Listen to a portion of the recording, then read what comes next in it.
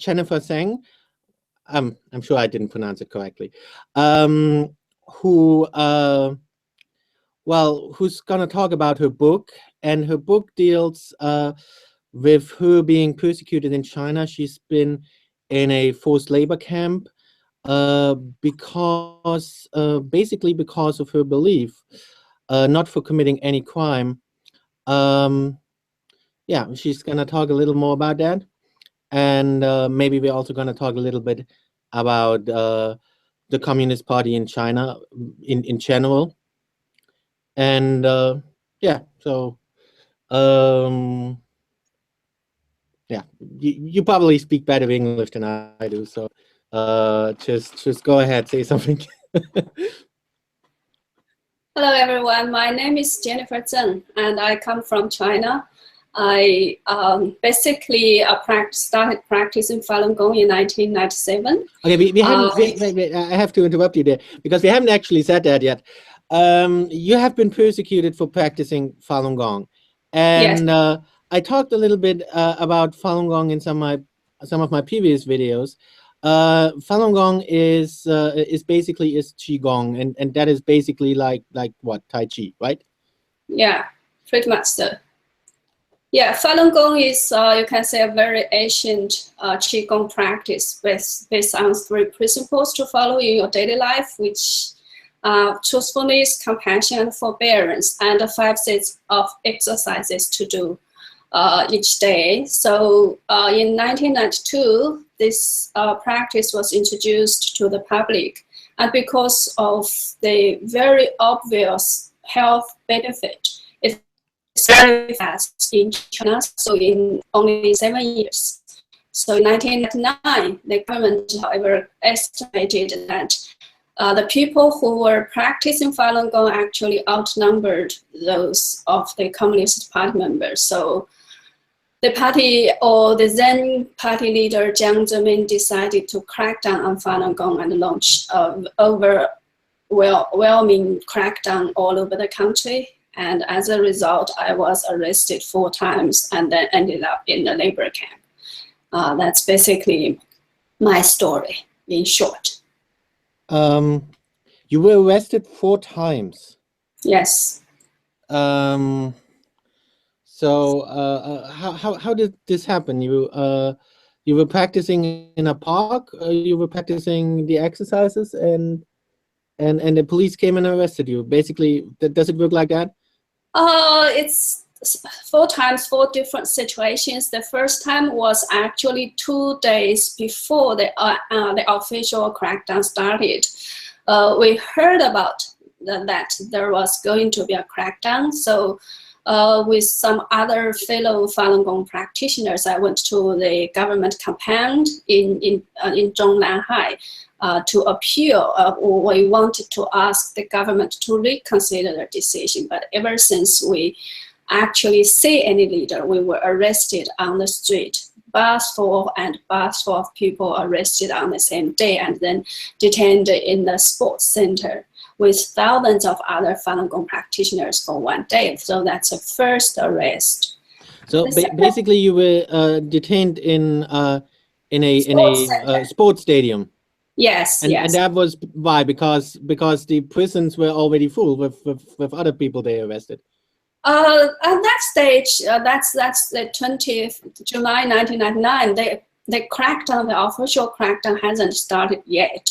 So they actually, there was no law, like as you said, no such huge jail to put thousands of people. So they temporarily turned this state sports stadium into a temporary jail to hold so many people. So the second time, yeah. But even though I'm gonna ask some questions, because I think this is really interesting. So you're saying this was before the persecution officially started, but they already knew basically that they're gonna start the persecution, so they already arrested you. Yes, yes. They actually already started arresting Falun Gong, you call it volunteers all over the country. And because we went to the government compound, we planned to appeal, but ever before we reached there, they already prepared for this because they know it's going to be huge. They prepared, they deployed many police officers and police vans in the street and prepared for a very large-scale mass arrest on that day, especially in Beijing. That's the capital city of China. Okay, so maybe for a lot of people, for them it is difficult to imagine why they would do such a large-scale crackdown on what is basically more or less like Tai Chi. It's it's like physical exercises and meditation and stuff like that, right? Mm-hmm. So I still wanna connect it to my previous interview, because I think I do well. Before I did the last interview, I still had some Christian subscribers, and maybe a lot of people couldn't understand why I talked with a Satanist in the previous interview I did. But what I found really interesting, and it was a really interesting interview, he was really open and honest. But what I found really interesting is that he said that Satanism is an atheist religion, and that is actually basically an official statement by the Church of Satan. They're saying that officially, that they are an atheist religion, and they're saying they're an atheist religion like Buddhism. Of course, that is a common misconception in the West. A lot of Westerners seem to think that Buddhism is an atheist religion. I already explained to him that it is not, because actually, if it were an atheist religion, the Communist Party in China wouldn't be persecuting, for example, Tibetans, because actually, I think that the Communist Party itself, that is a good example for an atheist religion. Of course, they're not claiming to be a religion. They're actually opposing religions, but every religion does that. Every religion opposes every other religion. But the Communist Party, because it is an atheist religion, it is very much opposed to. It is even more opposed to other religion and to faith in general. So basically, they're going all out to persecute people who are not atheists, who don't think like they do. Can one describe it like that? Yes, actually, if we look at the history of the global communism movement, you can see, if we can put it that way, anywhere it goes, it causes disasters, mass murder, massacres, and it brought about so many tragedies and killings. And I think nowadays people, I don't know why, somehow seem to have forgotten this. And when they ask about why the Communist Party chose to persecute Falun Gong, simply forgotten the Communist Party ever since it's established in China. It's persecute different types of people every 10 years. That is a history. For example, when it first came into power in 1949, it killed at least, I heard at least hundreds of thousands or maybe more landlords. They killed all the landlords in the country, claiming that they are bad people, and then take over all the land, and they say they give it to the poor people. And then several years later, they moved to the city. They killed many small business owners. And then they started the so-called anti-righteous campaign. They labored at least 500,000 so-called intellectuals and righteous and put them in jail, including one of the later premier, Zhou Rongji. He was also labored as a righteous for 20 years and in jail for that long. And then it's a cultural revolution in which at least 7 million people were killed. Now, and of course, before that, the Cultural Revolution Yeah, specifically targeted religions, right? And it yeah, targeted cultural, yeah, religious people symbols. who were not atheists, who didn't think like the Communist Party wanted them to think. Yeah, it's actually, I think it's very purposely and systematically destroy all the traditional religions, traditional culture, which has been in China for thousands of years, and then all the traditional values, and then kill the people who don't want to turn their value from what they traditionally believe into what the Communist Party want them to believe. And then they leap forward. I think that at least 30 to 40 million people were starved to death. And then it's a Tiananmen massacre. So every 10 or 7 or 8 years, there were something targeting different group of people. So now this time it's Falun Gong's turn. So I So think what you're there's saying is nothing that strange. what you're saying is that within a set interval, they're targeting different minorities and Yeah. persecuting different minorities, and that is basically how they operate. Yes, and I think the most important thing for us to understand is the Communist Party gained the power through violence, through deceit. So it has never been elected by the people. So it has a very deep fundamental fear about its own legitimacy. That's why every 10 or 7 or 8 years, it has to target a certain group of people. They have a theory of 95% versus 5%. So their theories is every time they target only the 5% of the population and turn the rest 95% against this 5% to maintain a certain amount of fear in the society, so nobody would have the time, would dare to question their own legitimacy. So that's their theory. So this time it's Falun Gong's turn. So there's nothing strange, only I think the difference is this time this group of people do have their own very, very strong belief in truthfulness, compassion, and forbearance, and they are not prepared to just submit, to transform, to give up. They want to uphold their beliefs. So basically, they don't think the way the Communist Party wants them to think, Yeah, and they don't think in an atheist or materialist kind of way. yeah, yeah. I And think that's a very and the fundamental Communist difference. Party's goal is basically to force them uh to give up their belief.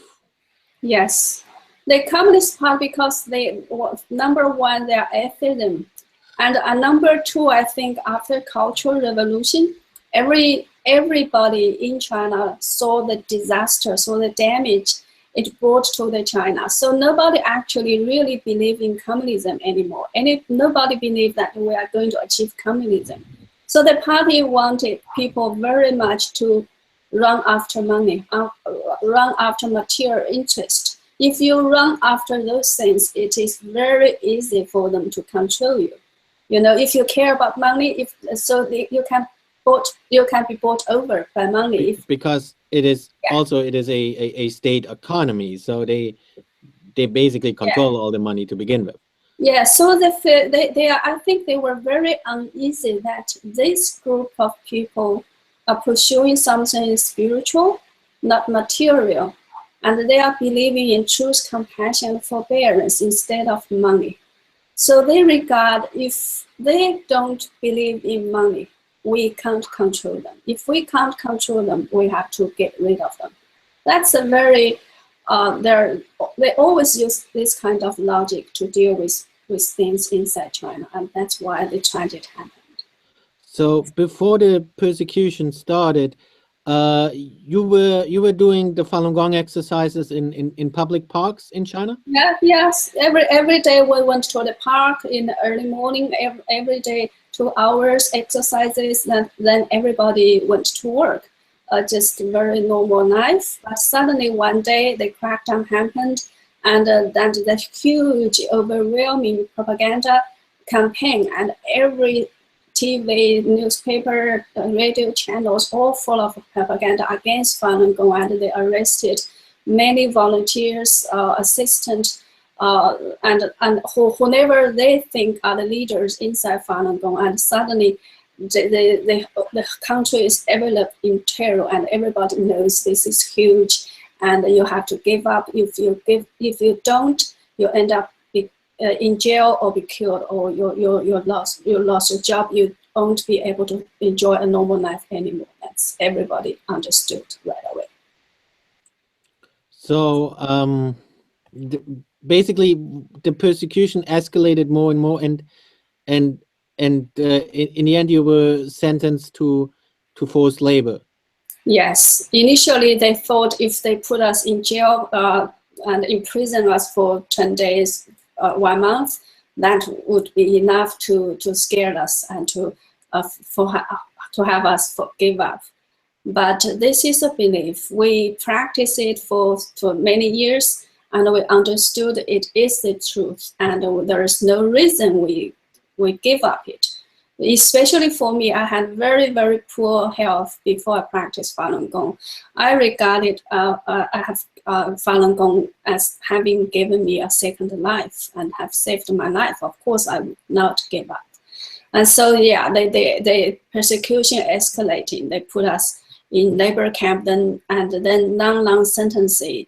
Some people got 10 years, 8 years, and then they actually killed practitioners for their organs, live harvesting organs from practitioners, and this has already become an industrialized practice in China, and huge monies were made, and millions of people could have been killed this way in the past 17 years of persecution. Okay, but what exactly happened to you?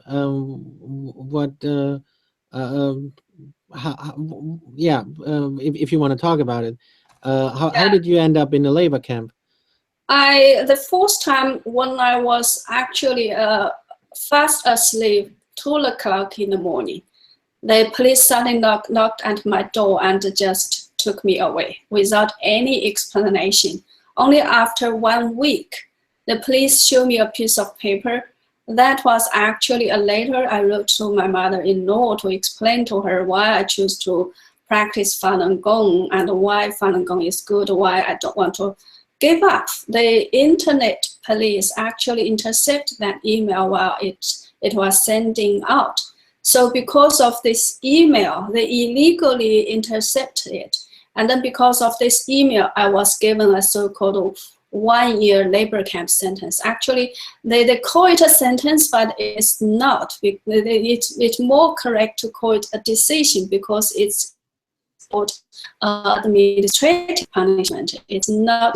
It's outside the legal system. No trial, no judge, no defense, no lawyers, no whatsoever. A party member can just write up a labor camp decision and send you there, and the situation there is worse than the real jail, because there's no restraint, there's no law, there's no regulation. They can, and the police actually made it very clear to us, saying that the only purpose for us to be sent there is to get us reformed, which means to get us give up our belief. If we don't, then endless torture started, because they have to achieve their goal. If they can't reform us, the police would lose their job, would lose their money. So they force the other real criminals to torture us. If they don't torture us, they would be given more sentence. Or if they help the police did a good job, they can be released ahead of time. So, but the purpose of the torture is to force you to give up your belief and to yes. Yeah, okay. That's very correct. So they have a quota to achieve. They must so-called transform us or reform us. So this is the real purpose, especially in the I think first beginning stage of the persecution. They really want to reform us, and in the later stage they want to that is what they're calling reforming. Is reforming. It's basically brainwashing, though. Yeah, brainwashing. Ask you to really believe from your bottom of heart that Falun Gong is evil, and so you want to give it up. You want to. Oh, okay. So not only do you have to give up your previous beliefs and give up Falun Gong, but you have to say that Falun Gong is evil. Yes, you have to say it publicly, and you have to help the police to torture other Falun Gong practitioners who haven't reformed yet. So that. And how about the Communist Party? Do you have to say that the Communist Party is good? Of course, because the party make everybody choose between, especially for the party members, you must choose between Falun Gong and Communist Party. And you have to reform. If you don't reform, you are there forever or got killed. Okay, so if you want to get out of the labor camp, and if you don't want to get tortured, you have to give up whatever you previously believed, and yeah. and you have to say that the party that is basically torturing you is good, and everything that is opposed to the party is evil. Yes, that's correct.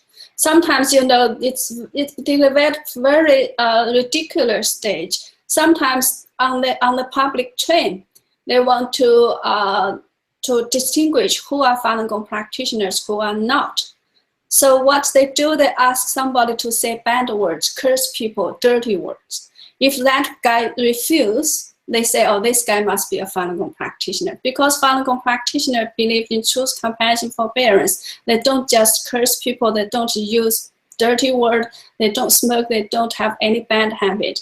But for the majority of the average Chinese, if cursing somebody is very easy. You ask him to curse, he will curse. But if you refuse, the police will say, this is a Falun Gong, arrest him.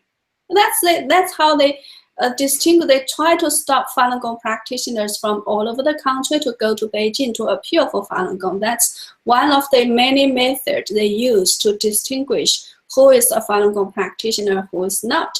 So if you are bad people, you are not. If you are good people, you are in danger. That's the ridiculous thing, but that's the reality in China. Those basically, yeah, I think we can basically call it brainwashing techniques, because those are brainwashing techniques, and actually I'm familiar with them. And I said that when we spoke. Well, we did speak when in the email I wrote you. I said that I can actually relate to that, and I can explain if it's okay. I want to explain real quick why. I was how shall I explain this? My mother was a Communist Party member, but not only an ordinary Communist Party member, but a Communist Party official. Of course, I'm a Westerner, so to speak. So it's not like it is in China. Basically, it was more like a communist commune, that I grew up in, and but yeah, my mother was a Communist Party official, and that is also the way she indoctrinated me. And she indoctrinated me with those communist theories, and I can really relate to what you're describing, because it was the same with me. And I can explain those techniques they're using, because I experienced them. Basically, it is. I'd say it's basically the Stockholm syndrome, but intentionally induced. So, and I think that's also why you said something. Did you say that that in order to get out of the labor camp, you have to help the police. You have to. Of course, you would probably they're probably gonna interrogate you, and you have to give up all the names of other people who do Falun Gong, so that they can arrest them too. But you also have to help them in a more direct way. What do you have to do? Basically, they have to be convinced that you are really reformed. So to reform is to, from the bottom of your heart, you now believe the Communist Party is doing a great thing to reform these Falun Gong practitioners, to help them to break away from this evil cult. So they're calling Falun Gong an evil cult. Evil cult, yes, that's the official label they gave to Falun Gong.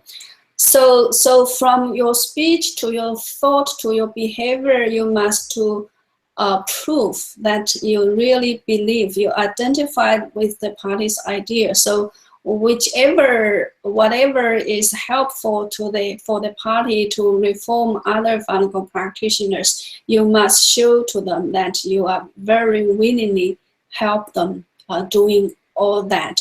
Because if you really believe in what they believe, you should be behaving the same way like them. If you don't, you are still not reformed. Okay, so basically you're saying what you have to do is help them in reforming, so to say, other Falun Gong people. Yes, that's what you are expected to do.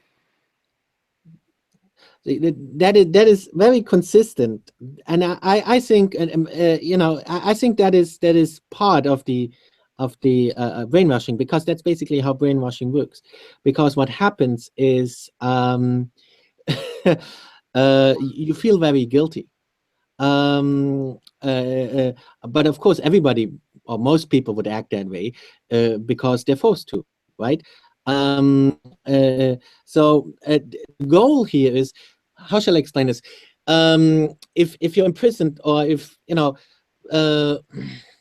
if somebody forces, it was the same in my childhood.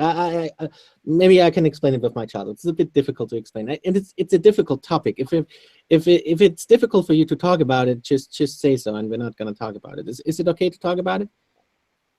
Yes, I think that's the most evil part of the labor camp. Or I know every time it's the most difficult part to talk about.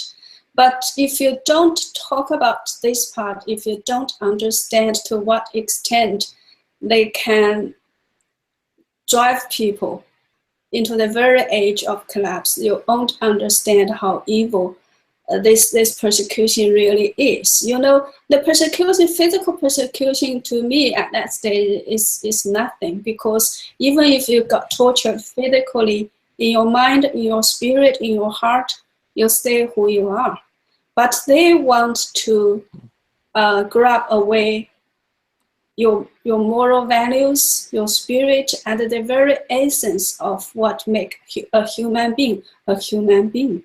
They want to turn a human being into a non-human being. I think that's the most evil part of it. You can kill somebody physically, but these people can die with dignity. But they want to take your dignity away.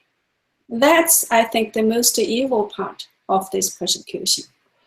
In my childhood, it was like this, because, as I said, basically I grew up in a communist commune, more or less, and my mother also, as I said, she indoctrinated with communism, and it was her own, you know, her own branch of communism, and basically she also wanted me to think and behave well, the way she did, and you know, she forced all that communist ideology onto me, and of course I did whatever she told me to, because I knew that if I don't do whatever she told me to, she will beat the crap out of me. But that wasn't good enough, because of course she knew that the only reason I do what she tells me to is because I'm afraid of getting beat up.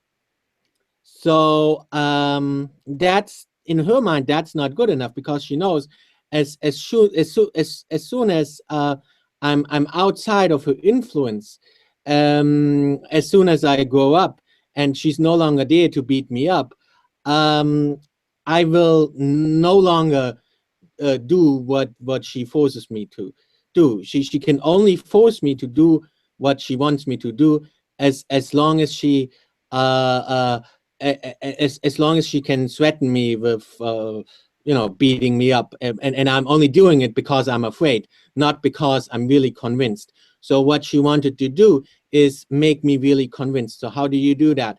And now we now we're going to talk about how this brainwashing works. Is what you have to do is make a person afraid of his life. And I was a small child. I was a very small child, and she already started doing that. And of course, it's more easy to make a child afraid for his life. So when you're afraid for your life, you will do whatever anybody tells you to in order to not die. And and I did that. But that still wasn't good enough. I did whatever she told me to, but she still beat the crap out of me, and I couldn't understand why I'm doing what she wants me to do, but she's still beating me up. Why? And then I started to realize, oh, I know it's because I'm not really convinced. I'm only doing that because she forces me to. So because you're afraid for your life, you start to force yourself to think that your previous behavior was wrong, and and that whatever the person tells you to, that's right. And you start to force yourself, but that's still not good enough. That still won't make a really lasting impression. So what you have to do is, okay, you really changed your mind. Okay, prove it. And then they will start forcing you to do things that go against your conscience. And what happens then is that then you want at that point, you want to convince yourself that your previous thinking was wrong, because you feel guilt. So to cover up that guilt, you're convincing yourself that, yes, my previous thinking was wrong, and communism is correct. So I think that's basically how it works. And my mother already did that with me when I was a very small child. And that is something that will last, because if you just point a gun at someone, he will do whatever you say, but only as long as you point the gun at him. But if you use that brainwashing method, basically it's the Stockholm syndrome, that is lasting. The perpetrator can put the gun away, and you're still gonna do what he says, because you have convinced yourself that what the perpetrator says would really be correct. I think in China they do it differently with different people. For the public, general public, who don't really know, who haven't practiced Falun Gong, who don't really know what Falun Gong is, they just instill them endless lies against Falun Gong about how evil Falun Gong is. They made up so many lies, and very terrible lies, like Falun Gong people are crazy. They got up in the middle of the night to cut open the belly or eat their babies. All sorts of those terrible things. Eat their babies. Yes, they're seriously saying that. Yes, they're full of all sorts of different stories in the newspaper, TV channel, and they give examples. They have people go to TV, say they either say they've done this because they practice Falun Gong, or they say somebody else doing that because they practice Falun Gong. So for the general public, still today, if you meet a general, just ordinary Chinese people who coming from mainland China, if you mention Falun Gong, they still believe Falun Gong is evil. So those kind of people, it's easy, because in China, all the media is controlled by the government. Even today, free information, internet is still blocked. They spend billions of dollars to set up this so-called Great Firewall to filter all the free information from outside the world. so that people inside China believe whatever the government wants them to believe. So that's pretty much maybe easier. But for another group of people who have practiced Falun Gong, who already know that Falun Gong is good, so how to convince these people, how to change their mind? Of course, they know if they torture you bad enough, and they know somebody maybe say something, say Falun Gong, I won't stop, I'll stop practicing because they are fear for their life, but they know that's not good enough. As long as these people is released, maybe several days later, he will regret, he will go back to Falun Gong. And they have a policy that if this police sign a paper, sign a release paper of somebody, if that somebody go back to Falun Gong within 3 years, this police would be fined maybe half a year of his salary. So he'd rather torture you to death, because if he tortured you to death, he's not responsible, he's not held accountable. But if he released without really reform you, he put himself in danger.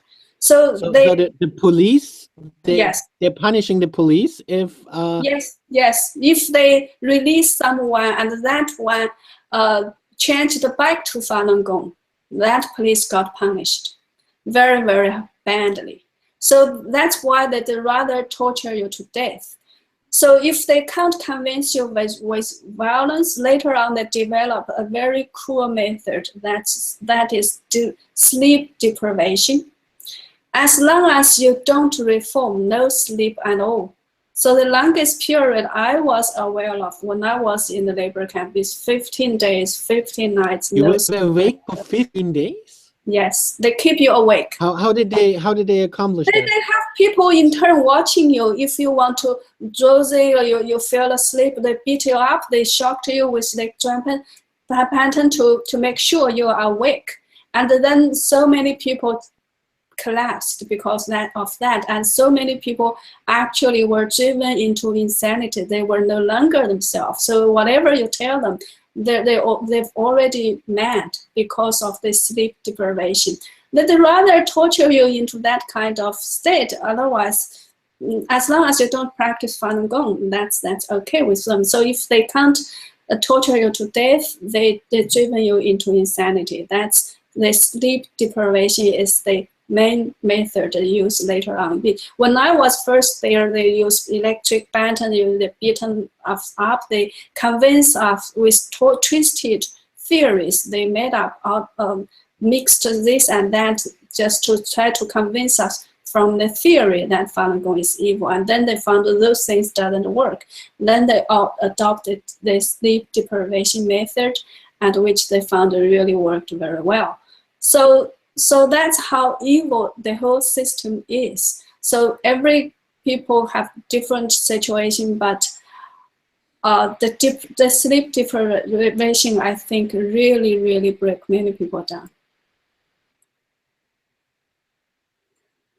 That's how evil it is. They'd rather turn into, you lose your consciousness, you lose your sanity, and they'd rather turn into, I think those people who don't know who they are after they were reformed, they are just like a walking corpse. They are still physically alive, but spiritually, mentally, they've already died. They no longer, they know nothing. They became crazy and they became insane. That's how they are. I've never seen anything, I think, in human history who have done this on such a large scale to any fellow human being. So this is anti-humanity crime. Of course, later on, they start harvest organ from these people. They just use them as organ bank and sell them for the organs. It's easier. They can kill these people. They don't have to worry about. They are still believing Falun Gong too. They can make huge amount of money out of these people's bodies. I uploaded a video about that a while ago, but But for those who might not have seen that video, how does that work? So basically, they keep you in the labor camp, and then if somebody needs a donor organ, they take you to the hospital and remove your kidneys or whatever. How does that work? Yeah, that's basically how it worked. Actually, when I was transferred from the detention center to the labor camp on the first day, before I arrived in the labor camp, I was firstly taken to a medical clinic to undergo a medical checkup first. They have a doctor. But that could be, well, okay, probably not out of concern for your health.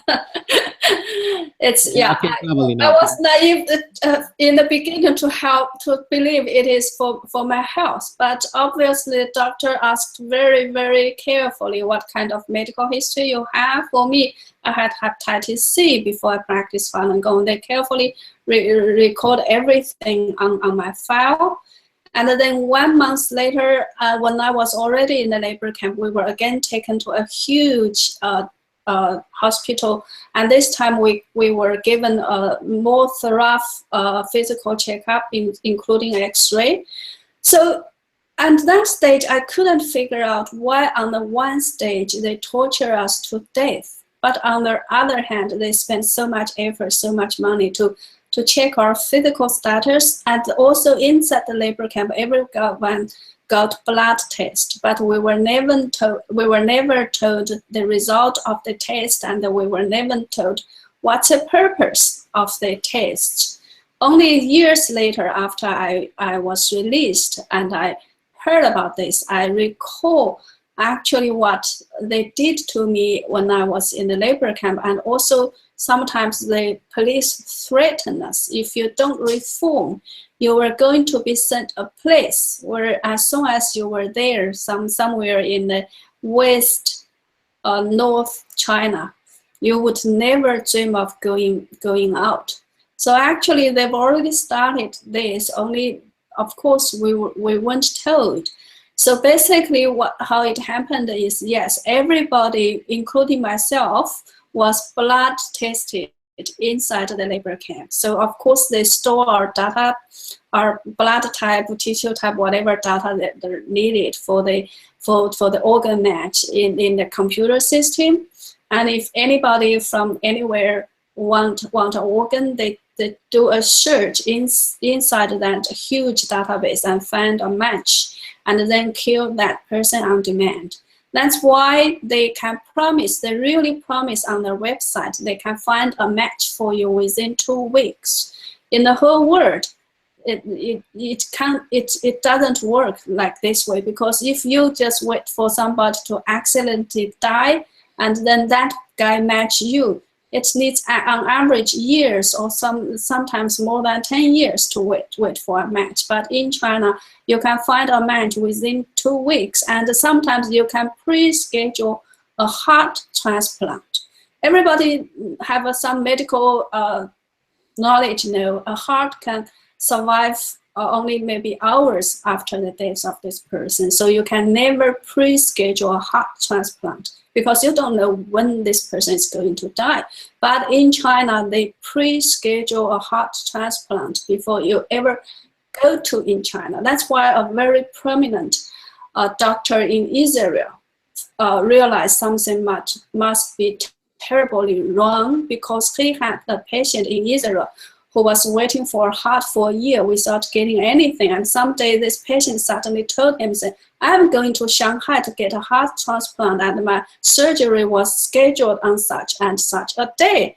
And the doctor was so shocked. He thought there must be something terribly wrong, but he didn't know what's wrong, because that's in 2005. There wasn't any report about this live organ harvesting yet, but he just couldn't add things up. And then 1 year later, when this first report about live organ harvesting of Falun Gong practitioners broke, he recalled 1 year this incident of 1 year ago, he immediately believed, he was immediately convinced that this crime is happening. So he spent a lot of effort to translate. There was a report called Report Investigation on the Life Organ Harvesting of Falun Gong Practitioners. He helped to transport that report into Hebrew, and also I think promote to have the Israel to pass a law to forbid an Israel citizen to go into China to buy an organ, because you are assisting the Communist Party killing Falun Gong practitioners if you do. So basically, you survived because you used to have hepatitis, and that made you an unsuitable donor. Yeah, I think that might have helped. I don't know. Because at that stage, every day it was a battle between life and death. Every day they want to reform us. I had no ability to think about anything else. So why I survive, why I don't, I have no idea at all. But perhaps because I remember very clearly, I told the doctor I had hepatitis C before I practiced Falun Gong. At that stage, I want to convince the doctor that Falun Gong is good. I was cured from my hepatitis C after I practiced it, but that maybe unknowingly, unintentionally helped me to survive. So in the end, you fled to Australia. Yes, I was released in 2002, and actually halfway through I was in the labor camp, because after witnessing and experiencing so much inhumane crime happening around me, I felt a very strong desire, or you can say responsibility or obligation to write up a book to tell the world what's happening, because I was so shocked. I think several decades ago, after the World War II, the human being once vowed never again. We vowed we would never let things like what happened to the Jews in the Nazi concentration camp ever happen again in this human world. But this is happening again, maybe on a very disguised way, but on a very, very large scale. So I felt as a human being, as somebody who have read some history, I was so shocked in the beginning. Then I felt it was my responsibility to at least record, to very truthfully to leave to the world the first-hand account of what's really happened in the day-to-day life in the labor camp behind the walls. So I felt very, very strong desire to write a book. I already decided halfway through my labor camp. So the next half was every day. I hope everyone really can read my book. It's like you said, it's very hard topic. So you wrote an autobiographical book about your experiences in a forced labor camp, and you already planned on writing that book while you were in a labor camp. Yes, after my 6 months after I was in the labor camp, I already decided I was going to write this book. So for the rest 6 months, every day it was a struggle between whether I should betray my conscience so I can be released to write this book, or whether I should stay faithful to my belief and stay there and to defend my belief. So this struggle itself nearly killed me another 1,000 times, and was worse than the physical torture I experienced. Every time I was reluctant to talk about this, how I managed to get out and what happened in these 6 months. It was so hard, and I really hope that there would be never any other one human being would have to suffer what I have suffered in order to get out to write this book.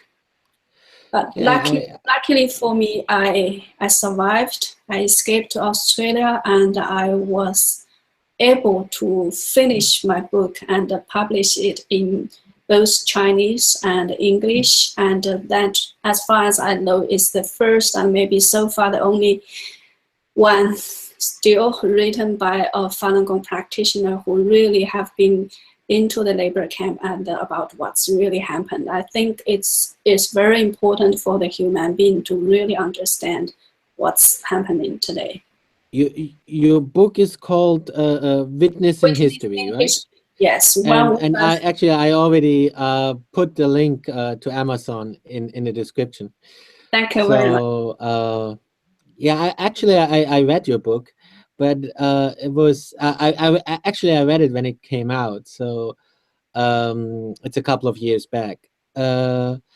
So yeah, but it is a very touching book, and also what you said just now is also very touching.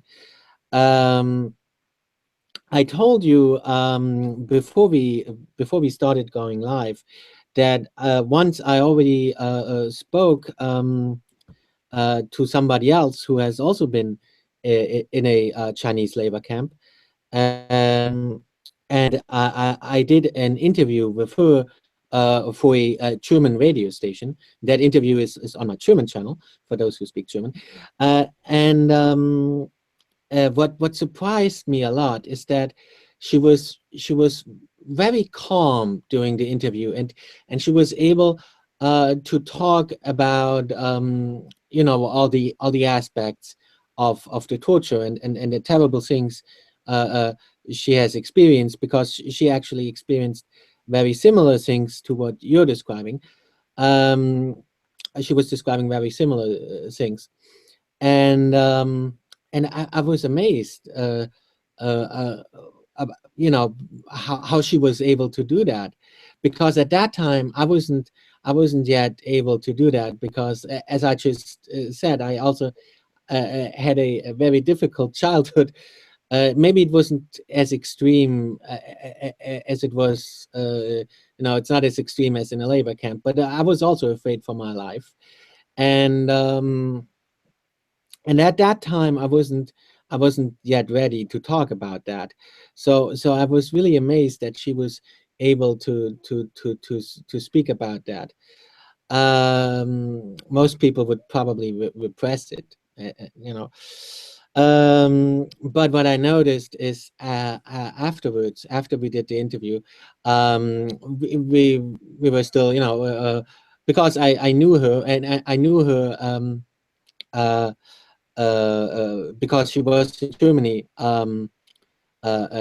previously, and then she went back to China, and in China she was arrested and put in a labor camp. But she was in Germany previously. So anyway, I knew her, so we we walk down the streets and downtown, and there was a museum, and we went into the museum together, and it was only then, after the interview, that I realized that there is something bothering her. During the interview, it seemed like she like those were terrible experiences, but she was able to talk about it, and it didn't seem to bother her. But later on, I realized there is something bothering her, and in her case, and I'm talking about her, I don't know what your situation is, and it doesn't really matter, I think. But her situation was that she couldn't endure the torture anymore, so she signed, I don't know, some kind of statement or whatever. They had like a pre-made confession that they forced her to sign, and only after that was she able to get out of the forced labor camp. And I realized that that was still bothering her a lot, and that was bothering her more than the physical torture.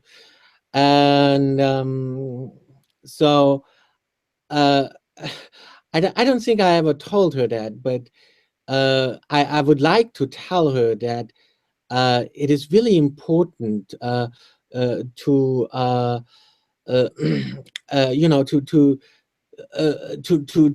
try and get over that, because that's exactly what they want. They want you, how shall I put this? That I think that is because we talked about brainwashing, and I think that is also part of the brainwashing is they force you to do something that goes against your will. So then you have a bad conscience, and then you regret it, and then you repress it, and that also in time can lead to, well, it can give you a lot of trouble. I think it can give you more trouble than the physical torture, which is bad enough. But that is exactly what they want. They want to, change, break your spirit. Basically, they want to break your spirit. I hope what I said makes sense. Yes, I totally agree. They sometimes they know you are not really reformed, but they know if they force you to sign that piece of paper, they've already break you down. You will feel very, very bad, because they know Falun Gong practitioners believe in truth, compassion, and forbearance very seriously. They treasure these principles sometimes more than their lives. So they know if they force you to go against these principles, they are actually killing you in another way. So for them, they know they hurt. They know they harm, and that's why they did it.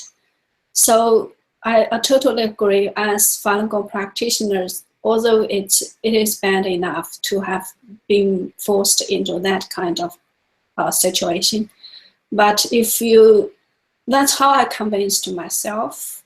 I was forced to go through similar situation in the labor camp in order to get out. So when I realized what I have done and what that really meant for my belief, I cried at least for 20 days. I wanted to give up writing my book because I felt so ashamed of myself.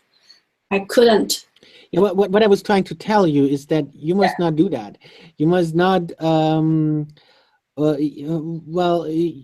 you must not let them break you down, because that is another way they can break you down. Yeah, but I know the harm for many practitioners still exists even after many years after they were released. The harm is still there. So in this case, they successfully harm you continuously, even if you are released, sometimes even if you're in a free country. For me, I really was once, in such a bad state. I wanted to give up writing this book, although in order to write this book, I sacrificed so much. But later on, I managed to convince myself, if I don't talk about this humiliating process, the human world would never know to which extent and how evil this persecution really is. So no matter how hurt it is, I have to write about it. I have to let the world know. And in this case, I hope this would never happen to another human being again. Well, this is it's hard to wrap this up because it's such a difficult subject. But yeah, I guess we're gonna wrap up here. And it was well, I'm really grateful that you took the time, and that you also, you know, talking about what for you must be a very difficult subject. And yeah, of course, I wanna thank you for taking your time and yeah, talking about Thank you for the opportunity. Thank you. Bye.